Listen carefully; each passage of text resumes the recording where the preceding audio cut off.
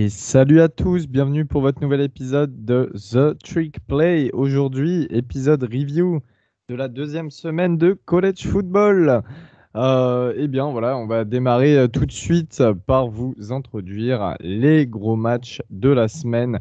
Et le match headline tout de même était samedi à 18h. On en a parlé dans le 1-2-6 sur Twitch qui était à 17h. Oregon, classé numéro 12, qui affrontait Ohio State, classé numéro 3 au top 25, du côté de Columbus, donc à Ohio State.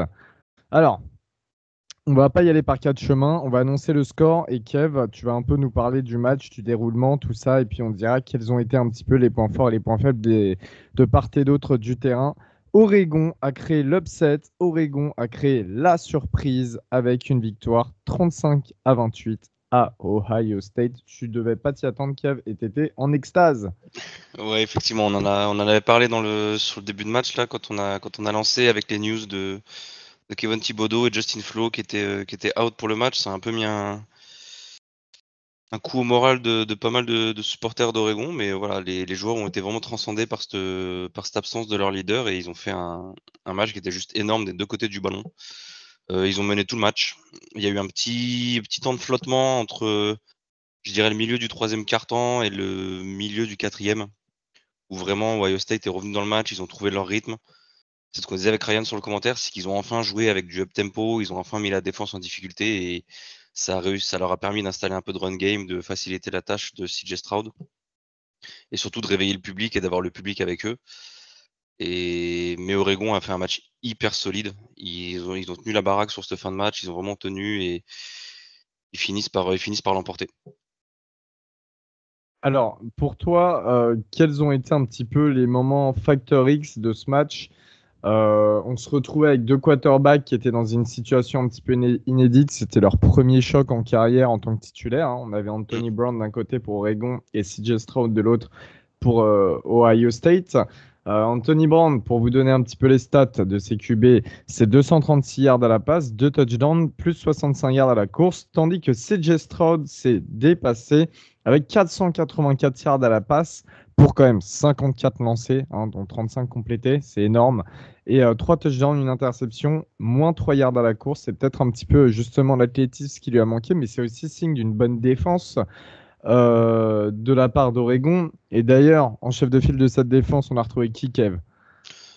Penny Sewell, hein. Et, Noah loupé. Sewell. Et tu vois, on en a tellement parlé avec la NFL d'hier. Mais bah, le petit frère, du coup, Noah Sewell, et voilà, on l'avait dit, c'était si Thibodeau et Flo étaient out, la défense allait vraiment se reposer sur lui. C'est clairement le leader de cette défense au milieu en inside backer. J'ai pas la stat exacte, mais il fait encore un gros match. Il était vraiment partout. Il finit à 7 plaquages, donc 4 solos. Vraiment, il fait un gros match. Il fait un gros match. Il était vraiment partout. Il a vraiment mis tout le monde en place et il a fait son taf. Et très bon job de la D-line. Même sans Thibodeau, c'était la D-line. Il faut savoir qu'il n'y a pas vraiment de stars dans cette D-line à part Katie, et le reste, c'est une rotation de mecs qui c'est pas des stars ou quoi que ce soit. Et ben, la question, c'est est-ce que c'est la D-line d'Oregon qui était bonne, ou est-ce qu'on a la confirmation que la O-line d'Ohio State a un peu de mal? Et d'ailleurs, c'est le cas pour les deux lignes, hein. On a vu la difficulté de la D-line d'Ohio State, et là, ils se sont fait manger. En vrai, ils se sont fait manger dans les tranchées, des deux côtés du ballon. Oregon, là, je l'ai regardé en tant un peu plus qu'analyste, on va dire, en tant que coach, plutôt qu'en tant que spectateur, quand je commentais. Et clairement, le jeu dans les lignes, Oregon a vraiment été dominateur, ce qui a surpris beaucoup de gens. C'est vrai que Valentin avait annoncé avant le match que la D-line d'Ohio State pouvait être un problème. Je Mm. trouvais moins. Finalement, Val, t'avais complètement raison, tout du moins sur ce match. On a eu aussi un très très gros match et la O-line a permis d'ouvrir pas mal de brèches pour Oregon et notamment CJ Verdell, le running back, qui a été auteur de 161 yards, 2 touchdowns, plus pas mal de yards à la réception, il me semble, si je dis pas de bêtises, Pas mal de yards à la réception et un troisième touchdown dans la et un réception. troisième Il touchdown. a Voilà. 3 touchdowns dans le match. Et tu parlais de moments facteurs, c'est son touchdown de 77 yards. Oregon, ils sont en troisième et 3 en début de deuxième mi-temps, ils mènent 14-7. T'as le public qui commence à se réveiller, qui commence à revenir derrière son équipe en début de deuxième mi-temps. Et en fait, il met une clim monumentale. Il passe en plein milieu, le play design est magnifique. Et il passe en plein milieu, il efface tout le monde et il va au bout, 77 yards. Ça fait qu'Oregon prend 2 touchdowns d'avance et ça leur permet de respirer un peu et de gérer un peu plus le match. Et pour venir un peu sur Anthony Brown, il a pas des stats à la complétion qui sont ouf encore. Je crois qu'il est juste en dessous des 50%. C'est vraiment pas. Quand on regarde les stats, c'est pas ouf, mais en fait, c'est un game manager. Pour moi, les stats à la passe ne reflètent pas le match qu'il fait. Parce qu'encore une fois, il a 0 turnover. Il a pas d'interception contre une grosse défense d'Ohio State. Gros, comment dire, gros plus pour sa O-line. Je crois qu'il a pas été saqué encore une fois. Il a eu des pockets qui étaient vachement clean sur tout le match.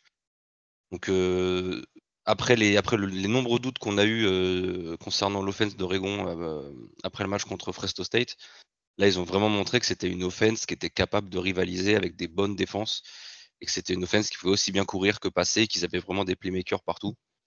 Donc c'était vraiment un énorme match de la part d'Oregon. Et encore une fois, un énorme bravo à Mario Cristobal qui a su vraiment motiver ses joueurs et les mettre dans les meilleures conditions pour réussir.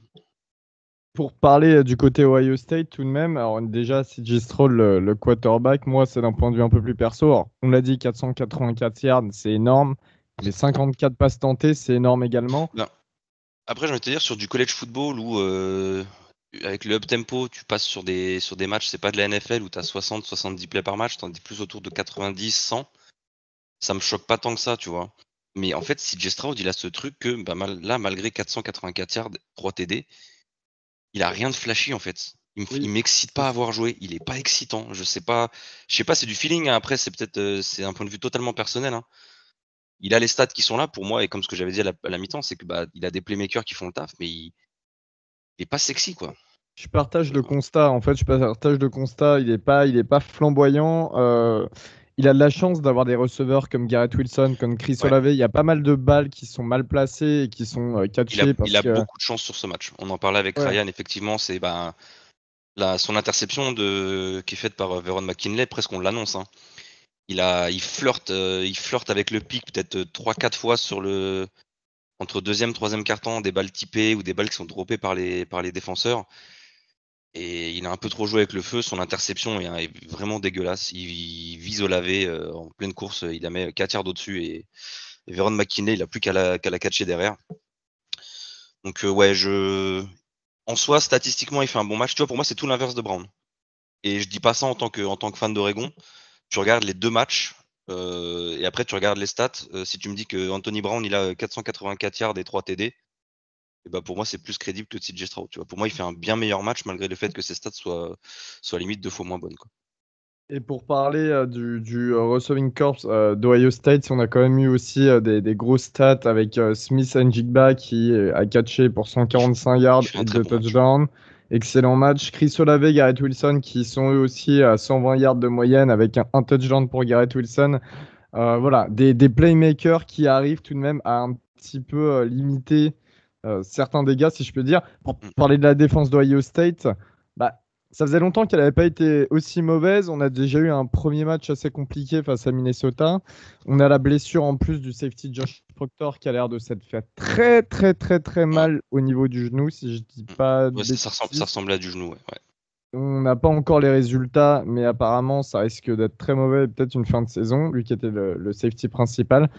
Kerry Combs, le defensive coordinator, apparemment serait éventuellement sur la sellette. On prend des pincettes en disant ça. Et Et surtout ce qu'il faut se dire, c'est qu'on en parlait de la run defense d'Ohio State. Ça fait 2 matchs qu'ils se font manger. Et les mecs sont quand même dans la Big Ten, qui est connue pour avoir de très bonnes équipes à la course. Ça risque d'être plus compliqué à gérer cette saison en Big Ten que ce qu'on avait prévu pour Ohio State. Ils vont avoir des très bonnes équipes qui ont des bonnes équipes qui ont des bons jeux au sol. Je pense pas qu'ils perdent tant de matchs que ça en Big Ten, mais il y a des matchs qui vont être beaucoup plus serrés que ce qu'on prédisait en début de saison parce que leur run defense n'est pas capable de tenir. la conséquence de ce match, c'est qu'Oregon passe quatrième à l'AP-Poll, donc félicitations. Et Ohio State descend à la 9e place. Voilà pour ce qui est d'Oregon Ohio State. J'avais une dernière question à vous poser, les gars. Est-ce que pour vous, c'est quand même un coup de génie de Mario Cristobal, ce match? Non, de Joe Morehead, Joe Morehead, ouais. offensive coordinateur d'Oregon. Il a totalement outcoach C'est quoi? C'est Kerry Coombs, le cordeau défensif. Et si je peux t'interrompre juste là-dessus, Kerry Coombs, c'est sa deuxième saison à Ohio State, pardon. Avant, c'était le coach des DB des Buckeyes. Et il est très critiqué à Columbus sur les performances de la défense. Je crois que si on va chercher dans les stats avancées, c'est l'une des pires équipes du pays en termes de stats avancées en défense. Bref, c'est un mauvais début de saison pour lui. Lui qui avait été excusé un petit peu l'an dernier grâce au Covid, j'ai envie de dire. Mais là, ça commence à faire beaucoup et je pense pas qu'Ohio State soit si patient pour ce genre de coach. Et on a vu, Ohio State, là, avec une je dis pas qu'ils ont peut-être pas la défense du niveau d'Oklahoma, tu vois. Mais il va pas falloir qu'ils se retrouvent comme eux, tu vois. Avoir une offense qui est capable de te foutre 50 pions par match, mais qui t'en prend 60. C'est pas leur. Va falloir qu'ils finissent comme ça, quoi. Eh bien, en autre match, on avait cette fois-ci un derby très très local, une grosse rivalité, deux équipes qui sont du même état mais pas des mêmes conférences, car on avait Iowa qui évolue en Big Ten, qui se déplaçait du côté de Ames, dans l'Iowa également, face à Iowa State qui évolue en Big 12. Alors, ça a été quand même un match. Vous aviez tous pronostiqué Iowa State, j'ai pronostiqué Iowa avant le match. Comment ça s'est passé, Gus? Alors, il faut dire que c'est un match, on en avait parlé dans 1-2-6. Certes, on savait qu'Iowa State était favori, mais on sentait tous qu'Iowa était cette équipe en mesure de les battre et cet upset était sous-jacent en fait, et c'est ce qui s'est finalement passé. Iowa a remporté le match 27-17 grâce notamment à une défense qui a été exceptionnelle dans la continuité en fait de leur premier match face à Indiana. Elle a intercepté 3 fois Brock Purdy et a même inscrit un touchdown suite à un fumble. Ça donne en tout 5 interceptions en 2 matchs et seulement 23 points encaissés face à deux équipes, je le rappelle, qui sont classées dans le top 25. Indiana l'était lors de la Week 1 et Iowa State était 9e sur cette Week 2. Donc voilà, c'est vraiment, de mon point de vue, la défense d'Iowa qui permet cette victoire. Elle a complètement éteint Brock Purdy, qui a rapidement été benché derrière par un freshman Hunter Dekkers. Brock Purdy a lancé 3 interceptions et a lancé aucun touchdown. Ça a vraiment été un match compliqué pour lui. Alors évidemment, après, les Cyclones se sont reposés sur Breece Hall, mais qui a quand même été en difficulté, bien qu'il ait mis un touchdown. Ça fait 14 matchs consécutifs qu'il inscrit un touchdown et c'est la plus longue série actuelle du college football. Mais voilà, ça ne doit pas cacher son match non plus en demi-teinte, seulement 61 yards et un fumble. Il a été à l'image de son équipe, pris de vitesse et j'allais dire d'agressivité par la défense des Hawkeyes. Et au final, ça donne un score, j'avais presque envie de dire sans appel, mais c'est vrai que 27-17, ça peut paraître. On peut croire que le match a été serré, mais ce ne fut pas le cas en fait. Iowa a vraiment maîtrisé du début à la fin et c'est une victoire qui est complètement méritée, qui place désormais les Hawkeyes à la 5e place de l'AP Poll, juste derrière Oregon, et c'est entièrement mérité. Qu'est-ce que tu en penses, toi, Valentin? Moi, je pense qu'encore une fois, c'est la défense d'Iowa, des Hawkeyes, qui a vraiment gagné le match. Notamment avec ce duo de corner Raleigh-Moss et Hankins qui fait 2 inters sur ce match-là. Alors moi, ça me fait penser un petit peu à Jesse Horn et Mukuamu de South Carolina l'année dernière, ce duo de corner qui est en train d'un peu exploser sur cette saison. Mais vraiment, alors, juste, je relativise un petit peu parce que Indiana et Iowa State, bien qu'il y ait des noms assez intéressants, c'est quand même des attaques qui ont un petit peu de mal à tourner. Ça n'empêche que voilà, quand même, la défense d'Iowa a fait son match, il n'y a rien à dire, mais j'attends de voir peut-être sur une équipe un peu plus solide où on a un peu plus de certitude, parce que l'attaque, emmenée par Spencer Petras qui sort un 11 sur 21, 106 yards pour un TD, c'est pas incroyable, même si son TD est très beau d'ailleurs, très belle passe. J'ai peur que l'offense des Hawkeyes soit un peu juste par rapport à leur défense.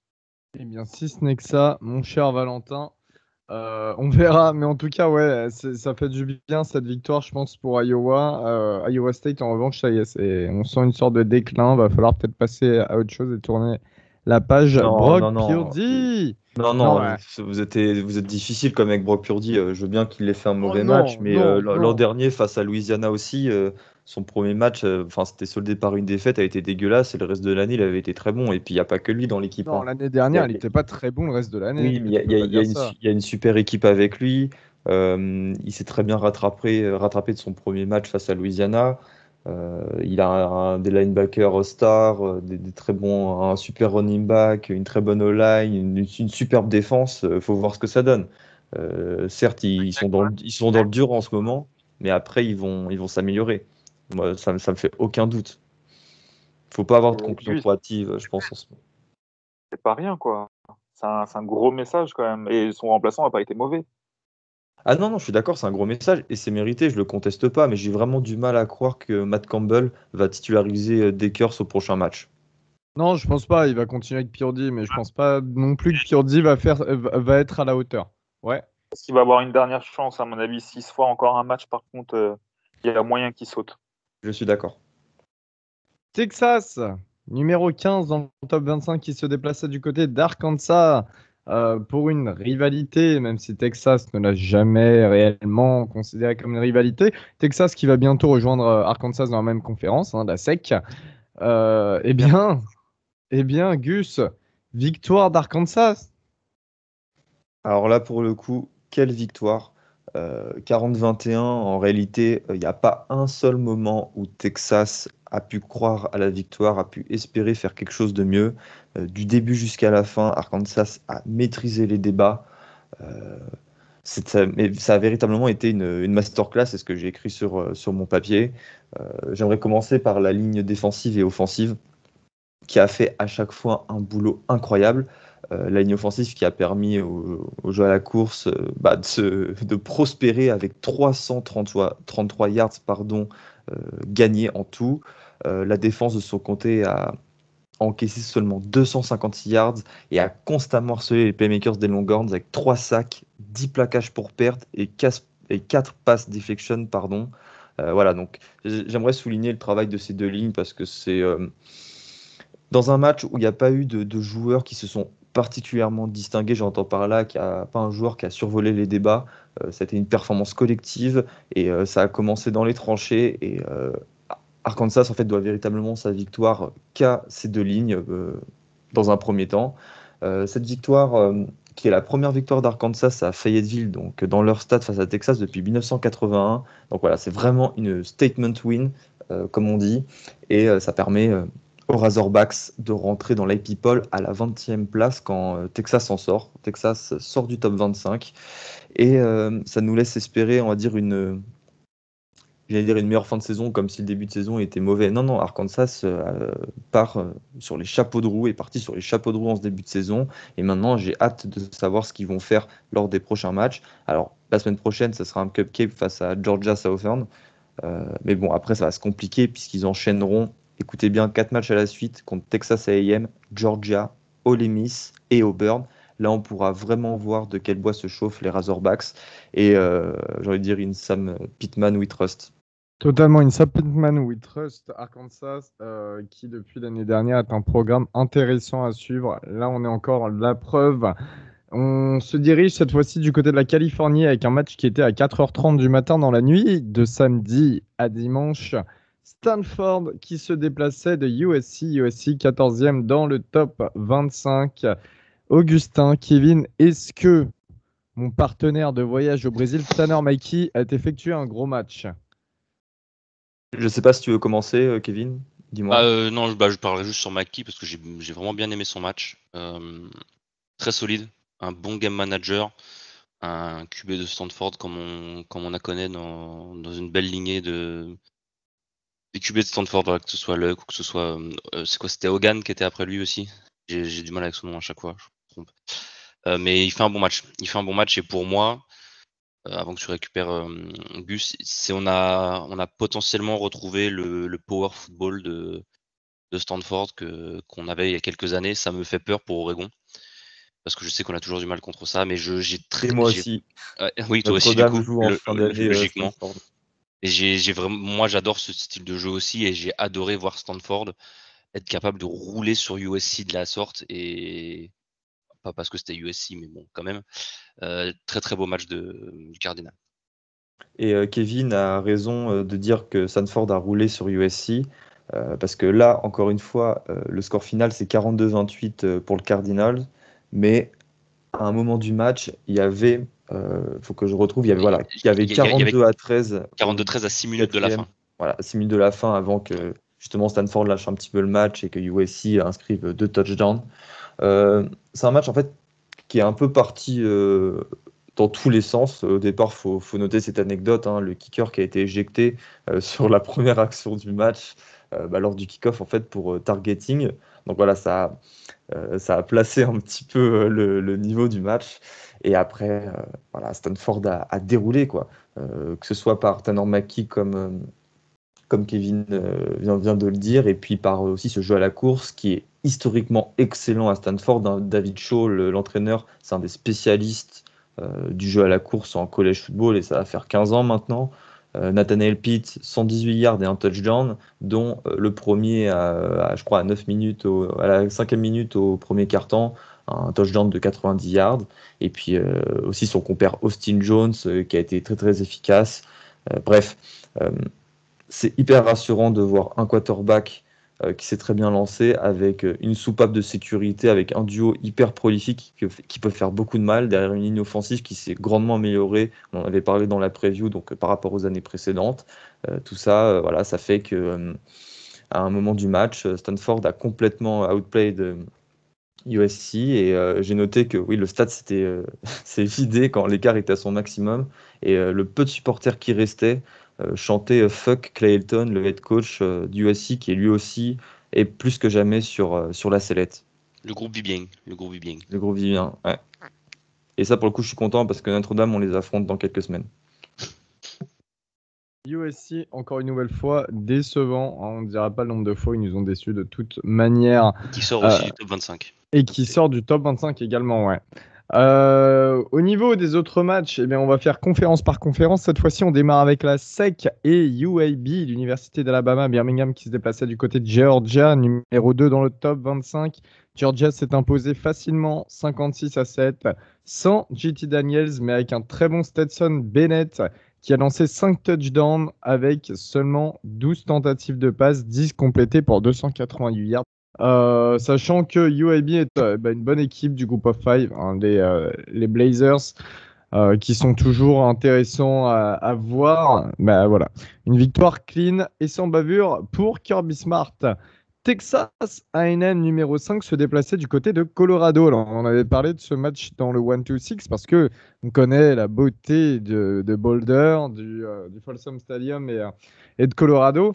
Il était à Denver, Elio, il était chez les Broncos ce match. Ah mais oui, c'est vrai. Et on avait parlé du Mile Highs, exactement. Donc oui, voilà. Et les Broncos qui jouent à New York hier. Donc voilà, c'est pour ça que le stade était utilisé par Colorado. Un match complètement fermé, victoire 10-7 pour Texas A&M. Qu'est-ce qui s'est passé avec Haynes King? Alors j'avoue que j'ai suivi ça de loin. Il a été remplacé par Zach Calzada, c'est ça? Ouais, tout simplement parce qu'il s'est blessé. Et d'ailleurs, c'est tombé il y a quelques minutes et il sera absent pendant un mois. Ce qui fait que Zach Calzada et non pas Cascada évacué de dance floor.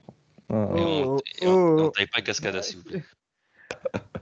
Non, voilà. Donc Haynes King qui est pas bon depuis le début de saison, s'est blessé. Il a été remplacé par un quarterback qui a pas beaucoup lancé et qui a été beaucoup mis à contribution à la course. Qui a d'ailleurs fumble un ballon dans le 4e quart-temps lorsqu'il a inscrit le TD. Il fumble à 10 cm de la ligne, et d'ailleurs c'est un linebacker allemand qui le force le fumble. J'avoue, j'ai plus le nom en tête, mais gros effort du backer là qui a fait une bonne fin de match. Et c'est vrai que le fumble il est un peu casquette, quoi. Enfin, c'est une belle action du défenseur, mais il fumble à un poil de la ligne, quoi. Et à l'image de cette attaque de Texas A&M qui a beaucoup de mal en ce début de saison. Et finalement, en fait, la décision, elle s'est faite à 3 minutes de la fin avec un touchdown du running back, pour le moins qui est très très connu et très très bon, Isaiah Spiller. Victoire 10-7. Du côté de la Caroline, on a South Carolina qui se déplaçait à East Carolina. Victoire 20-17 pour South Carolina avec un field goal dans les derniers instants. Donc ça s'est joué de peu. NC State, North Carolina, cette fois-ci, se déplaçait du côté de Mississippi State. Les Bulldogs se sont imposés 24-10, avec notamment Will Rogers, qui a encore une fois surlancé avec le système de jeu du head coach Mike Leach. Quand même moins que 49 CJ Stroud, du coup. Oui, c'est vrai. 5 passes de moins, c'est-à-dire 49 tentatives de lancer pour seulement 2 touchdowns. Toi, d'ailleurs, je voulais juste faire une petite aparté là-dessus. Kevin, qui est offensive coordinateur, qui a d'ailleurs, on dit à chaque fois, mais qui a été faire du shadow coaching derrière Mike Leach en personne. Est-ce que tu trouves pas que c'est un peu abusé de faire surlancer un quarterback comme ça, sachant que Mississippi State, c'est une fac qui est tout à fait capable d'avoir de bons running backs et un jeu au sol qui peut aider, quoi. Après, ça dépend de ce que tu vas recruter derrière. On sait que voilà, Mike Leach, de toute façon, même ses running backs, de toute façon, sont des running backs catcheurs. T'as vu ce qu'étaient les running backs à Wazoo. Et après, moi, de toute façon, je ne pourrais pas critiquer la Air Raid parce que je kiffe la Air Raid. Mais pour moi, ça dépend vraiment. Je sais pas comment en college football c'est exactement. Est-ce que tu peux vraiment changer la culture d'une équipe comme ça? Tu vois, par exemple, LSU a été champion en changeant sa culture. Tu vois, LSU ils sont connus pour leur power run game. Et quand ils gagnent avec Joe Burrow et c'était Joe Brady, ils tentent pareil. Ils sont dans un timing avec presque 40-50 yards, 50 passes par match. Donc pourquoi pas? Pourquoi pas? Ça va prendre du temps parce que là pour l'instant, je pense que son effectif, c'est pas lui qui l'a recruté, donc c'est pas un effectif pour jouer de la Red. Va falloir que la direction athlétique soit un minimum, je vais pas dire lax, mais qui lui accorde quelques écarts au niveau des scores parce qu'il faut le temps qu'il fasse son roster à lui pour jouer son système. Donc pour moi, ça prendra au moins 2 ans, si ce n'est 3. Et tu as raison, le running back de Mississippi State, Dion Johnson, a couru pour 18 yards et seulement 6 portées, mais en revanche, il a reçu 6 ballons pour 70 yards. Et la plupart du temps, les courses, c'est quoi? C'est des droplets, donc c'est une fin de passe pour jouer une course. Donc au final, c'est un système particulier, faut aimer, et c'est un système qui est ce qu'il est, mais c'est compliqué à mettre en place, et surtout quand on change d'équipe comme ça avec un roster qui n'est pas le sien, entre guillemets. Palmarès de Mike Leach, tu t'appelles Julio Jones, je te mets running back. Missouri qui se déplaçait à Kentucky. Victoire de Kentucky, 35-28. Kentucky, ça sent plutôt bon en ce moment, Gus. Alors oui, Elio, encore un gros match de Kentucky. Ça va faire 2 fois d'affilée qu'ils impressionnent, malgré, on va dire, ce score plutôt serré face à une très bonne équipe de Missouri. Beaucoup se plaignent, beaucoup sont en rogne après leur absence du top 25 du dernier Happy Poll, mais pour moi, ça ne devrait pas attendre longtemps avant qu'ils fassent leur apparition dedans, vu à l'allure à laquelle ils jouent, à laquelle ça joue, notamment leur running game, hein. 340 yards hier, encore une fois. Une O-line qui est en grande forme et qui fait briller le running back Chris Rodriguez, qui lui a couru pour 206 yards et a inscrit 4 touchdowns, dont 3 à la course. Juste un petit mot sur Kentucky avec la grosse perf de Jacquez Jones qui a eu une interception de 2 passes défendues, le linebacker qui était notre linebacker à Ole Miss avant, qui a décidé de transférer à Kentucky après à la draft de comment il s'appelait l'inside linebacker. Ah oui, qui est parti à Washington. Ouais. Donc voilà, une grosse perf pour lui, un joueur que j'aimais bien et content que ça marche à Kentucky. Eval, je vais te garder juste un petit mot sur Florida et USF, donc South Florida. Ouais, alors juste un petit mot sur la position, enfin au niveau de la QB room, parce que Florida a gagné 42-20 contre South Florida, bon, il n'y a pas eu trop eu de match. Mais Emory Jones a encore été très mauvais. Il a envoyé 2 inters pour un TD. Alors, on voit beaucoup Dan Mullen parler avec lui, c'est de le coacher, mais là, il y a un moment où c'est plus possible, surtout quand on voit ce que fait Anthony Richardson. Et il rentre sur quelques drives, il a fait 3 passes, 3 complétés, 152 yards, 2 TD. À la course, 4 portées, 115 yards, 1 TD. À mon avis, ça sent pas bon du tout pour Emory Jones. Alors, Anthony Richardson s'est blessé sur son TD à la course en fin de match, je crois que c'est 3e quart-temps, quelque chose comme ça. On n'a pas d'infos pour l'instant. Justement, excuse-moi Val, il y a Guillaume qui a posté ça il y a une quinzaine de minutes. Apparemment, Dan Mullen aurait dit que Anthony Richardson serait dans un bon état en général. Il est en train de recevoir du traitement et alors attends, je lis et je traduis en même temps, hein. Apparemment, il est attendu à l'entraînement cette semaine. mais ils ont encore besoin de réévaluer la blessure avec lui pour Ouais, savoir s'il joue. Pour l'instant, il n'y a aucune certitude sur sa présence au match de samedi contre Bama.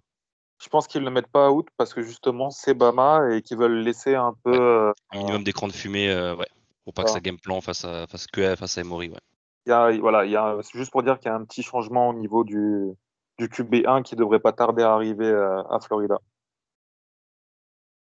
Très bien. Et bien après la SEC, on passe à la Pac-12. La Pac-12 qui voyait encore une fois une grosse rivalité, une grosse rivalité locale entre Utah qui se déplaçait à BYU, la fac mormone de l'Utah.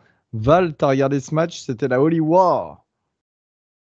Ouais, exact. Bah, encore un super match, magnifique. En plus, avec deux uniformes parfaits, rouge, bleu. C'était très beau à voir, encore une fois. Et bah, la victoire de BYU 26-17 contre Utah. Alors, ça a surpris quelques personnes, moi un petit peu moins peut-être, bon, bah, parce que j'ai pas mal regardé BYU la saison dernière.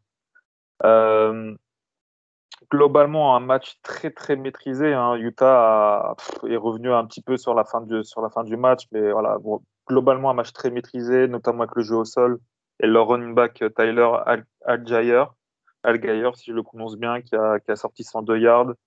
Jaren Hall, le QB double menace, qui a sorti 92 yards à la course, mais qui a aussi envoyé 3 TD. Lui, j'étais pas très confiant sur lui sur le premier match. Le deuxième, il m'a quand même bien rassuré. On voit que le mec, il a des cannes, il est capable de lancer. Ça manquait un petit peu de précision de temps en temps, mais voilà, ça a quand même un bon QB de college football. La défense qui a fait vraiment du mal euh, à Charlie Brewer, le QB de Utah qui a transféré de Baylor. Charlie Brewer qui sort 15 passes complétées pour 26 tentatives, 147 yards, un TD et une inter. Par contre, c'est au jeu au sol avec Mika Bernard. Ils ont fait vraiment du mal, mais Mika Bernard n'a porté que 12 ballons pour 148 yards et un TD. Alors, on se demande un petit peu pourquoi Utah n'a pas fait courir un petit peu plus, notamment en début de match. Bon, ils apprendront sûrement de leurs erreurs, mais voilà, BYU, est-ce que c'est la meilleure équipe de l'Utah? C'est fort possible. Aussi, il faut le mentionner, hein, ça faisait depuis 2009 que BYU n'avait pas gagné face à Utah.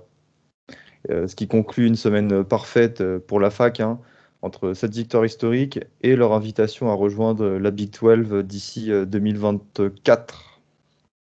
UNLV, l'Université du Nevada à Las Vegas, se déplaçait du côté du numéro 23 du top 25 à Arizona State. Kev, un bon match pour Arizona State? Ouais, c'est l'une des rares satisfactions de la Pac-12 avec Oregon cette saison et UCLA aussi. Victoire 37-10 pour les Sun Devils. On en avait parlé, hein, le stade faisait partie d'une des grosses d'une des belles célébrations du 11 septembre avec la modification du logo au milieu du terrain et un uniforme qui était vraiment magnifique. J'avais pas vu ça sur les photos, mais en fait c'était une sorte c'était une sorte de comme un reflet pétrole entre leurs couleurs burgundy et cuivre. C'était vraiment magnifique comme uniforme. Mis à part le fashion statement de ASU, c'est un gros match. Ils nous ont une très bonne équipe. Ce qui est étonnant, c'est qu'en fait, j'ai remarqué qu'ils ont un système qui est pro style, donc qui est vraiment pas courant en CFB. Ils ont des audibles du QB. C'est pas le QB qui regarde la sideline comme on a pu voir sur Ohio State ou quoi que ce soit. C'est vraiment le QB qui fait ses audibles, qui fait ses kills, il joue avec un fullback, il joue en under center. C'est vraiment intéressant à voir jouer pour du CFB. À noter que le QB Jaden Daniel finit à 300 yards au total avec 2 TD, une performance vraiment solide. Et Arizona State gagne 4 places et est désormais numéro 19 au AP Poll. On se dirige cette fois-ci du côté de l'ACC avec Pittsburgh qui se déplaçait dans une équipe de SEC, Tennessee.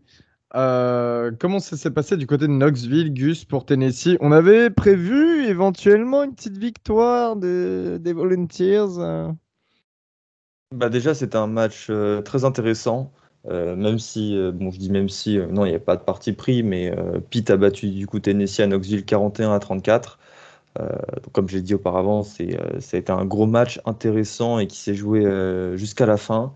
Malheureusement, match un petit peu gâché par la blessure de Joe Milton, le quarterback titulaire des Volunteers, qui a été remplacé par le transfert de Virginia Tech, Hendon Hooker, qui a eu un petit peu de mal.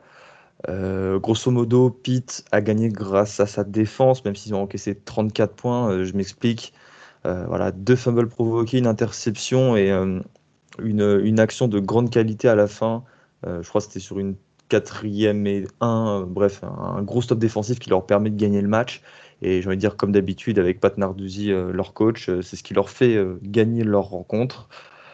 Donc voilà, Pitt est allé chercher une très belle victoire à Tennessee et le programme va s'en rappeler pendant longtemps. South Carolina State qui se déplaçait du côté de Clemson, numéro 6 dans le top 25. Clemson qui avait perdu face à Georgia. Clemson s'impose face aux ogres de South Carolina State. Donc vous avez compris un petit peu l'ironie. 49-3 avec un DJ Ugalele qui était auteur d'une prestation quand même plutôt moyenne dans les airs. Un touchdown, une interception, seulement 171 yards et 14 passes complétées. Plus 2 touchdowns à la course sur 23 yards. Donc voilà, c'était pas une grosse prestation face à une équipe très faible quand même pour Ugalele. En revanche, comme d'habitude, Sweeney on a profité pour faire lancer ses autres quarterbacks. Alors, on a eu Fomad Chan, qui était aussi une grosse recrue du lycéenne, qui était auteur d'un touchdown pour une interception. Et on a eu aussi Helms qui avait déjà lancé l'année dernière. Appalachian State qui se déplaçait du côté de l'équipe numéro 22 de Stop 25, Miami qui sortait d'une grosse défaite face à Alabama. Est-ce qu'ils ont été un petit peu plus convaincants les Hurricanes, Augustin? Oui, complètement, parce que déjà ils ont remporté ce match 25-23 face à une très belle équipe d'Appalachian State, hein. Comme on pouvait s'y attendre, le match a été disputé. Il s'est d'ailleurs joué en fin de match, hein. Miami peut remercier sa défense et le kicker Borregales, voilà, qui ont permis aux Hurricanes de gagner ce match. Mais là, on va parler d'extra-sportif. Ce qu'on va surtout retenir, c'est le chat qui était suspendu à la tribune supérieure du Hard Rock Stadium et qui a été rattrapé, qui est donc bien vivant par un supporter qui après l'a pris et l'a montré au public comme dans le Roi Lion. Only in Miami. Et Yo, je vais te laisser finir cette phrase. Manignaz. Il est nul. Ah là, gros problème quand même à Miami. Bon, on en reviendra plus tard dans la saison. Illinois qui se déplaçait du côté de Virginia. Grosse victoire, quand même plutôt attendue la victoire. Alors pas autant, mais plutôt attendue. Grosse victoire de Virginia, 42-14, avec un Brennan Armstrong, leur quarterback gaucher, en feu, dont on parle souvent Armstrong, auteur de 5 touchdowns à la passe pour une interception et 405 yards. Il a été excellent. Jacksonville State qui se déplaçait du côté de Florida State, un derby de Floride. Gus, Val, Florida State, c'est triste ou pas? Non, c'est pire, ça attire un petit peu la pitié même. Voilà, Jacksonville State qui bat Florida State 20-17 sur un Emory à 6 secondes de la fin. Comment dire, un Emory qui en était pas véritablement un, Ouais, puisque le bien pourri en receveur l'a reçu à 20-25 yards de la end zone. Après, les DB de Florida State, des Seminoles, ont fait n'importe quoi et l'ont limite accompagné pour aller dans l'en-but. La tête notamment des cheerleaders sur cette dernière action est priceless. Et donc voilà, ça donne une défaite à domicile face à une équipe FCS. Je crois que ça faisait 50 ans que ce n'était pas arrivé. Et Florida State continue à s'enfoncer un petit peu plus. J'aimerais noter la déclaration de Mike Norvell qui, après le match, en conférence de presse, a déclaré qu'il s'attendait à une course sur la 4e tentative de Jacksonville State, celle du coup de Lane-Marie, et sans commentaire, quoi. Non, mais en plus, vous irez voir l'action, hein, les auditeurs, mais enfin, Par contre, juste, ça doit jamais passer ce truc-là. Oui. je mets vraiment la défaite de FSU sur McNorvell parce qu'il faut pas oublier qu'à 17-7 au début du 4e quart, il tente une 4e tentative au lieu de prendre les 3 points tranquillement, ce qui aurait creusé quand même un écart, un bel écart. Tu ne fais pas courir Corbin autant qu'il le faut. Au lieu de ça, tu fais lancer Mackenzie Milton à des receveurs qui n'ont pas de main. Mackenzie Milton, il aurait dû avoir au moins, je dis bien, minimum 2 TD de plus à la passe, et franchement, voire 3 ou 4. Mais les mecs, ils ont drop des ballons. Et même Guigui, qui est receveur en flash, il ne drop pas ça. Jamais, il ne drop jamais ça. Donc, Les receveurs n'ont pas été bons, mais surtout Mike Norvell, c'est une gestion affreuse du match. Et en plus, voilà, ça, je ne savais pas s'il s'attendait à une course sur la 4e tentative. Bon, bah, enfin, totale défaite sur Mike Norvell. Mike Norvell qui risque de ne plus être là la saison prochaine. Du côté de la Big Ten, allons dans le nord du pays. Washington, qui sont donc en Pac-12, se déplaçait du côté de Michigan. Eh bien, match au bout de la nuit aussi, on l'a commenté sur Twitch avec Augustin. C'était la purge au bout de la nuit. Victoire 31-10 de Michigan, ça s'est un petit peu réveillé, on va dire, en seconde période. Alors, comment résumer ce match? Il y avait 10-0 à la mi-temps pour Michigan. Washington, c'est tout simplement horrible. C'est nul, nul, nul. C'est tellement faible, en fait, que j'en ai aucune conclusion à tirer pour Michigan. J'arrive même pas à connaître le niveau de Michigan tellement que Washington était nul, nul, nul. Leur quarterback Dylan Morris, t'es nul, gros, t'es nul, tu lances ça. C'est bien, tu connectes pour 5 yards, tout ça, mais tu t'apportes rien. Je sais, vous allez dire que je suis un peu énervé, un peu un hater, mais là, pour le coup, Washington, ça me fait du mal de voir le programme descendre comme ça. Jimmy Lake, s'il fait une saison de la manière dont il a démarré, avec déjà la première défaite face à une FCS qui était Montana en week 1, Lake risque de pas être coach lui non plus, tout comme Mike Norvell la saison prochaine. Hein. Au niveau du jeu de Michigan, eh bien, c'était pas la joie au niveau de la passe. Ken McNamara n'a seulement complété que 7 passes sur 15 tentatives, donc ça fait moins de 50%. Et pour seulement 44 yards derrière, en revanche, le jeu à la course a été extraordinaire. On a eu Blake Corum qui a été excellent avec 21 portées pour 171 yards et un triplé, 3 touchdowns, le hat-trick. Hassan Haskins a lui couru pour 155 yards et un touchdown. Voilà, la D-line de Washington, c'était de la mousse, tout simplement. En revanche, on a eu quand même un. Alors là, c'était le truc à voir parce que l'année dernière, on parlait de ce joueur avec Cameron McGrone, notamment du côté de Michigan, mais Hayden Hutchinson, qui est donc senior et D-end, a été extraordinaire. Il avait déjà fait un très bon premier match du côté de la Week 1. Cette fois-ci, il a été auteur de 2,5 sacs, 2,5 tackle for loss et 6 QB pressure. Il était partout. Enfin, moi, j'ai adoré son match. On voyait que lui sur le terrain. Et petite question, il attaquait sur le left tackle de Washington ou pas? Jackson Kirkland, ouais, à mes souvenirs, il y avait des actions dessus, mais Kirkland, pareil, qui est censé être éventuellement un premier tour de draft pour Washington l'année prochaine, a fait un très mauvais match. Il faut le dire aussi, hein, c'est vrai que la O-line n'a pas vraiment aidé Dylan Morris, même s'il a. Enfin, voilà. Il n'y a rien, il n'y a pas d'athlétisme dans ce quarterback, il n'y a rien, nul, nul. Bref, une bonne purge au bout de la nuit, une victoire importante pour Michigan tout de même, notamment pour la confiance. Ken McNamara qui n'a pas été flamboyant, donc on verra dans les prochaines semaines, mais je peux vraiment pas tirer de conclusion pour les Wolverines. Ball State qui se déplaçait du côté de Penn State qui était classé 11e après leur victoire très difficile face à Wisconsin en week 1. Eh bien, c'est une victoire 44-13 de Penn State. Un petit mot là-dessus, Gus? Non, si ce n'est que Penn State continue d'impressionner en gagnant 44-13 face à une équipe favorite pour aller gagner la conférence MAC. Et c'est une très très belle performance. Donc voilà, maintenant leur place, il me semble qu'ils sont 10e à la People. Cette place est totalement méritée et j'ai hâte de voir ce que ça va faire face à Auburn la semaine prochaine. Et il me semble que le match sera au Beaver Creek, si c'est bien ça, Stadium. Non, au Beaver Stadium. Beaver Creek, c'est un autre truc.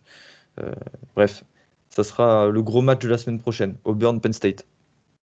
Et pour terminer la Big Ten, la petite victoire des Rutgers du côté de Syracuse, 17-7, plutôt pas mal. Et je le dis aussi, victoire de Maryland, 62-0. Voilà, bref, face à une FCS. En Big 12, cette fois-ci, Western Carolina qui se déplaçait du côté d'Oklahoma, classé 4e au top 25. Victoire 77-0 pour Oklahoma, le plus gros écart depuis le Maryland Award justement de 2019. On avait terminé à 79-0, je crois, si je ne dis pas de bêtises. Et ça a été un match arrêté plus tôt, car voilà, c'était une boucherie, tout simplement. Rien à dire de particulier sur ce match.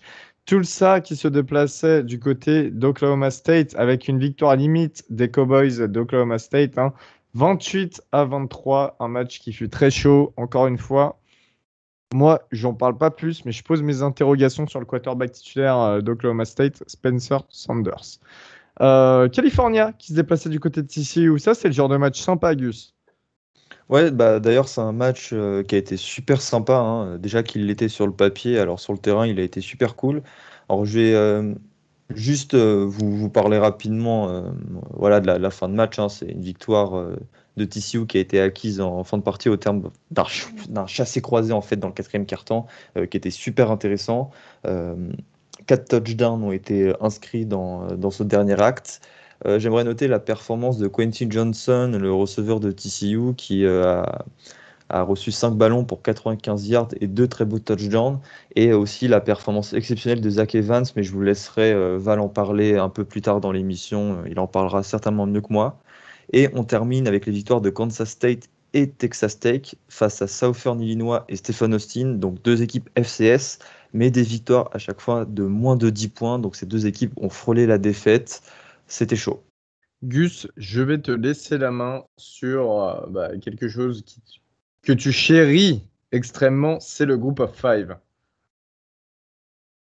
Alors, ouais, on part sur le Group of Five, on va dire plutôt rapidement. Alors, il y a Toledo qui a failli battre Notre-Dame, mais ils ont perdu voilà, 32 à 29, pardon. C'est un match qu'ils ont tenu jusqu'à la fin, mais un play calling dégueulasse du coach et une dernière action en fait sur leur dernier touchdown assez dégueulasse, assez incompréhensible en fait de leur quarterback nous a permis de gagner. Puis il y a Coastal Carolina qui a battu Kansas, Duquesne, une équipe FCS, donc qui n'est pas une équipe du Group of Five, a battu Ohio, qui pour le coup est une équipe du FCS, 28-26. C'est la première fois de l'histoire que cette équipe bat une FBS. Cincinnati a fait qu'une bouchée de Murray State, 42-7. Murray State, c'est la fac de Jay Morant pour les fans de basket. J'aimerais juste faire une petite aparté sur Cincinnati parce que de mon point de vue, c'est certainement un des plus gros perdants de cette semaine. Je m'explique. Leurs adversaires ont failli sur ces 2 premières weeks. Leurs futurs adversaires ont failli. Je parle d'Indiana qui rencontreront la semaine prochaine et Notre-Dame un peu plus tard dans la saison. Ces 2 équipes font des mauvais débuts de saison, grosso modo, et ça va leur faire très mal dans leur quête de playoffs. Ce seront plus des victoires de prestige si jamais les Bearcats gagnaient. Donc je pense que ça va faire la gueule du côté de l'Ohio. Sinon, Air Force a battu Navy. Voilà, un petit upset quand même. J'avais placé Air Force gagnant, j'ai eu raison, hein, un des seuls pronostics où j'ai eu raison. Memphis a battu Arkansas State 55-50, 1361 yards gagnés en tout par les attaques. Et le quarterback freshman de Memphis a lancé 5 touchdowns, dont 3 pour le receveur Calvin Austin III, que vous retrouverez à la draft. San Diego State a aussi battu Arizona. Et Army a battu Western Kentucky. Et je sais que Val t'aimerait mettre 2 mots sur cette équipe d'Army. Ouais, même un peu plus que 2 mots, parce que pour moi, c'était vraiment le match de ce week-end. Euh, Western Kentucky qui a mal commencé, Beleza qui s'est fait intercepter, je crois, dès le premier drive ou le deuxième, un peu comme sur le premier match. Mais voilà, plus pour parler de Army, Army avec son jeu d'options, triple option, motion dans tous les sens, ils ont fait mal au crâne à Western Kentucky. Les defensive ends, enfin le front seven globalement ne savait plus comment se placer. Christian Anderson, leur quarterback, il a sorti 119 yards à la course, notamment aussi. Alors, Jacoby Buchanan, il est listé en tant que running back, mais le bonhomme, il a plus un physique de fullback. Il est monstrueux. Déjà, l'année dernière, je le trouvais monstrueux. Et leur défense, notamment, a été aussi très bonne, a été très agressive. Mais Army, qui risque d'être vraiment une petite surprise, j'ai pas leur calendrier en tête, mais à mon avis, ils vont être vraiment très chiants à jouer. Parce que de ce que j'ai vu, on connaît Army qui est capable de très bien courir, mais ils ont lancé assez bien et à chaque fois au bon moment. Christian Andersen qui a lancé 5 passes complétées sur 6 tentatives pour 77 yards et un TD, à chaque fois la plupart du temps sur des play action, mais toujours fait au bon moment. Ça a été très bien coaché. Ça finit à 38-35, mais vous y trompez pas, hein, Western Kentucky qui a passé la 5e un peu sur la fin du match. Et quand même un match très bien maîtrisé d'Army et ça m'a vraiment étonné. Donc félicitations à eux. Cette fois-ci, on va parler très rapidement du week-end des Français. Eh bien oui, il y a des Français cette fois-ci en week 2 qui ont joué. On a Jordan Avicet, notre Jordan à nous. On te fait des gros bisous, Joe, parce qu'en plus, on échange pas mal en privé, qui nous a un petit peu parlé de son match et de son impression pour le match face à UCF. Hein. C'était du côté de UCF. Il nous a dit que c'était impressionnant quand même. Le bruit, euh, les attitudes des fans envers lui, qui étaient un petit peu, un petit peu démonstratives, on va dire. Et non, il a quand même réussi à faire 4 plaquages et un QB pressure. Donc félicitations à Jordan. Hein. C'est pas tous les jours que c'est donné à des Français de le faire et de nous représenter comme ça. Bravo à lui. Wilfried Penney, qui du côté de Virginia Tech face à Middle Tennessee, a été auteur d'un plaquage. Wilfried Penney qui est passé de tight end à DN cette année pendant la off-season. Et on peut aussi parler du côté de la JUCO. On a le français Thomas Le Boucher qui est tackle, qui commence à avoir des offres assez importantes en Division 1. Je pense à Arizona State, je pense à mes Terps de Maryland qui lui ont fait des offres officiellement pendant la semaine là. Et Jeffrey Mba a aussi fait un gros match hier apparemment du côté d'Independence College, donc que vous avez pu voir dans Last Chance U, hein, c'est là où jouent les Français Jeffrey Mba et Thomas Le Boucher. Et Mba devrait avoir des offres qui vont suivre très bientôt. Au niveau, et on va terminer là-dessus, de nos MVP de la semaine, au niveau offensif. Le MVP offensif pour toi, Val, qui est-il? Ton MVP offensif. Ouais, j'ai mis Zach Evans, le running back de TCU, avec 22 portées pour 190 yards, 2,6 yards de moyenne, 1 TD, une réception, 14 yards. J'ai un petit peu hésité avec Blake Corum ou même globalement la O-line de Michigan, mais je trouve que Zach Evans était un peu plus playmaker dans la physionomie du match qui était très serré. Très bien, pour toi, Kevin. Alors forcément, hein, le cœur a pensé CJ Verdell. Un énorme match contre un énorme adversaire à l'extérieur. Mais j'ai bien aimé la prestation de Brennan Armstrong, avec le nom de famille qui va très très bien avec la performance de 455 yards à la passe et 5 touchdowns pour UVA. Et en défense, j'ai pas de... J'en ai pas. Je vous avoue, j'en ai pas. On va rester sur l'attaque pour l'instant. Car Augustin, toi, tu as quelqu'un qui sort un petit peu de l'ordinaire. Ouais, c'est le running back Chris Rodriguez de Kentucky qui a aussi fait un énorme match avec 4 touchdowns et plus de 200 yards gagnés. Et c'est clairement celui qui porte les Wildcats avec Will Levis. Et je pense qu'il fallait le récompenser. Et toi, Elio? Eh ben, de mon côté, j'hésite. J'en ai deux. Alors, ouais, je sais, à chaque fois, c'est Joker.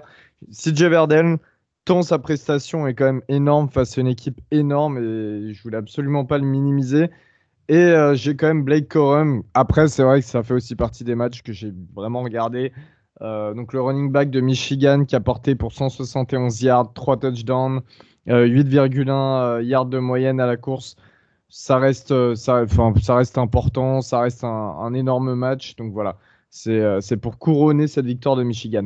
Au niveau défensif, moi, j'ai toujours un joueur de Michigan cette fois-ci. Eh bien, je vous en ai parlé, c'est Aidan Hutchinson, donc le DN senior, qui a été auteur de 3 sacks, 6 QB pressure. Voilà, excellent match d'Hutchinson, rien à dire là-dessus. Et vous en entendrez parler à la draft. Valentin, pour toi, qui c'est le MVP défensif? J'ai mis le linebacker Noah Taylor de Virginia, 7 plaquages, 2 sacs, 2 tackles for loss, une passe défendue, que j'ai trouvé vraiment très bon. Alors, j'ai vu que des highlights, hein, je ne vais pas vous mentir. Et juste, je vais te dire un petit mot pour Hankins, le corner d'Iowa, qu'on a parlé un petit peu tout à l'heure, parce que je vois que personne l'a mis dans ses MVP défensifs, mais voilà, qui était monstrueux avec 2 inters. Voilà, juste un petit mot pour lui. Monsieur Augustin? Moi, j'ai mis le linebacker de Penn State, Jesse Luketa, 5 plaquages pour perte et un pick six magnifique avec une réception à une main. Voilà, fallait récompenser ce joueur. Palmarès de Penn State, on a battu Ball State. En tout cas, merci de nous avoir écoutés. On se retrouve comme d'habitude sur Twitch pour le 1-2-6, donc à 17h samedi, The Trick Play Podcast sur Twitch pour lancer la week free de college football. On vous remercie de nous avoir écoutés et puis, comme d'habitude, on vous fait des gros bisous. À la prochaine. Salut tout le monde. Ciao tout le monde. Salut à tous.